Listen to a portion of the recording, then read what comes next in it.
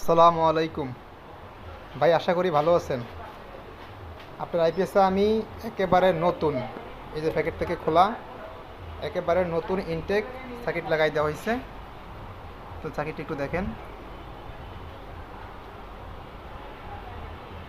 তো এটা এখন আমি আপনাকে সম্পূর্ণ টেস্ট করে দেখাবো। আর এখানে এটা হচ্ছে আপনার আগের পুরানটা, এই যে এটা।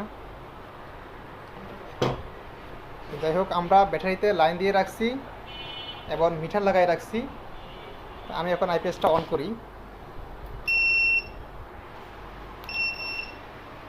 এই যে আমাদের এখানে 226 ভোল্ট দেখাচ্ছে। তা আমরা লোড দেই 200, 400, 500 ওয়াট লোড দিলাম।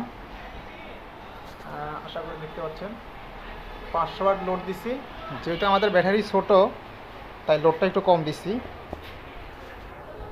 এই যে আমি অফ করে দিলে অফ হয়ে গেছে। আবার যদি অন করে দেই, এই যে অন হয়ে গেছে। তো আমি আশা করি যে আপনি বুঝতে পারছেন যে এটার ব্যাকআপটা সম্পূর্ণ ঠিক আছে। তো এখন দেখব আমরা চার্জিংটা হয় কি না, মেইনস ঢুকে কি না, আর চার্জিংটা হয় কি না। এই যে আমাদের আইপিএসের তারটা আমরা লাগাই রাখছি, এই সুইচটা অন করে দেই।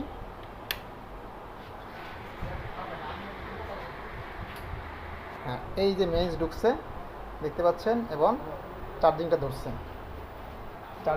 ধরছে। এই যে 11 অ্যাম্পিয়ার, 10 অ্যাম্পিয়ারে চার্জ হচ্ছে। ব্যাটারি ভোল্টেজ বাড়লে অ্যাম্পিয়ারটা আস্তে আস্তে কমে আসে, সেটা আপনি জানেন। এই যে 13.94 দেখাচ্ছে, 95। আস্তে আস্তে বাড়বে।